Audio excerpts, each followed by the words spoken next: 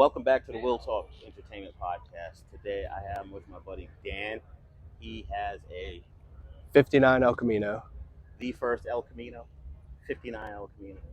Um, you don't see these at every car show, but it caught my eye and I stopped and I had to meet the guy, and he told me a little bit of history about it. Can you share that history with some of our viewers now and tell them like how you came about finding something like this? So Look at this. actually, the car was my grandfather's car, and he used to have one when I was probably 5 or 6, and he sold it so that they could afford to move from Long Island, New York to upstate New York.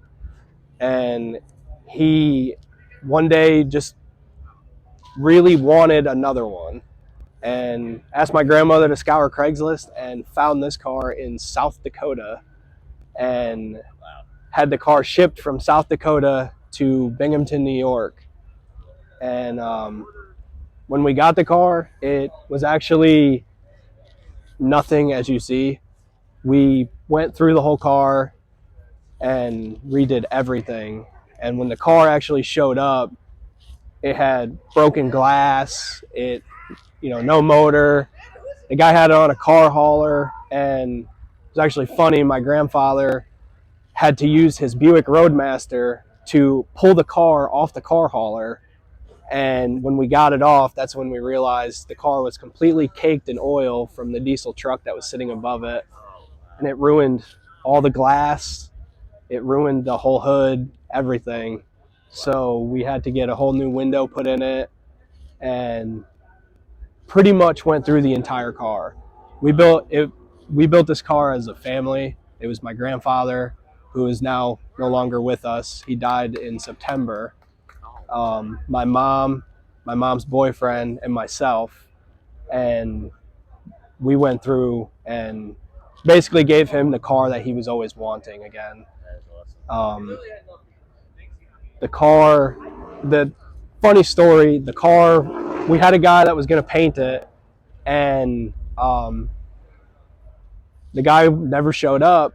We couldn't figure out what happened, and I guess the unfunny part of the story is the guy had actually went hunting the day before and died of a heart attack in the woods.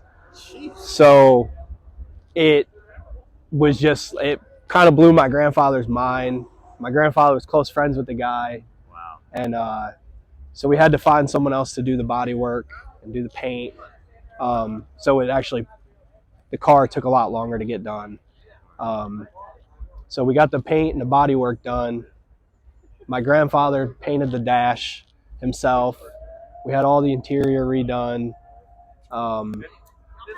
It's a good car. It's a very good car. My father-in-law, actually, just before my grandpa died, he always wanted the rear to say Spanish Eyes. And my father-in-law actually painted that. He actually did all the pinstripe work for my grandpa. He did the little car in the back window for my grandpa. But my grandpa, just before he died, gave me the chance to get the car, and I figured it's the last car we'll ever build as a family with him. So I said, I can't let it go to anyone else. Well, I don't know about you. I'm starting to get a little teary-eyed because it's like when you hear stories like that. Yeah. The last, I never got a chance to build a car with my dad. So Yeah. To be able to do that with your granddad it's still very hard for me to drive it. Yeah. I don't drive it often. Yeah.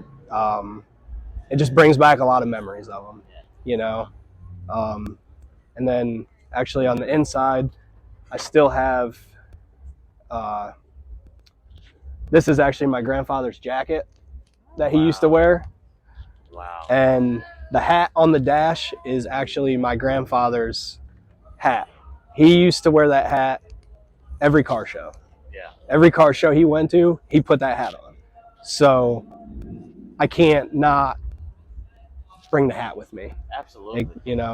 And my grandfather is actually in that little cross right there on the mirror. So now he gets to ride with me you.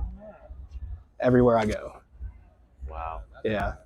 Yep. Well, this is a beautiful car, Thank you. and the story actually makes it even more beautiful. Thank you. Thank you. Because it's something really special that you did with your family, and we appreciate you bringing it out today. Thank you. You know, these are the kind of things that people love about what we do. Yep. Yep. This is what makes the car community what it is. Yep. If it wasn't for, my mom being such a car enthusiast, my grandfather being such a car enthusiast, I probably wouldn't have been into them. Yeah. Since literally the day I was born, I went straight out of the hospital, straight to a car show. Are you serious? Yep. As soon as they gave my mom the chance to release me, I left the hospital and started hitting up car shows. And here you are. Yep. Decades later, and you got a still doing car it that you built with your family, and you're out sharing this story with us, sharing it with everybody else. Yep. And Dan, we appreciate you bringing this car out. Thank you. God bless your granddad. Thank you. You could literally feel like he's right here. Yes. I can feel it. Yep. Yeah. It does. That's what a lot of people, I guess the average folks don't understand about the car community is they see this as just a vehicle, and it's not. This is our everything. This car means the world to people. Yeah. Every car, whether I don't care if it's old, new, there's some story behind it, and these are the stories that We'll Talk Entertainment podcast is trying to get and bring to you. But Dan, thank you so much, buddy. Thank you. I appreciate it. And do you have is there any way anybody can get in contact you if they have questions? If they find something similar and they want to build it, like how could they get in touch to ask questions? I do have an Instagram. I don't have a Facebook. It's the Bearded One, TH Bearded One. Okay. Not the number one, but spelled out. Okay. You'll see me on there. Okay. So check them out, man. If you find one of these cars, you got questions on how to build one and how to put it together, it's the man to find out because there's not that many of them. So, with that said, Dan, thank you again for coming on the podcast and sharing this beautiful story with us. And we'll definitely see you around at other car shows, man. Of course. Thank you.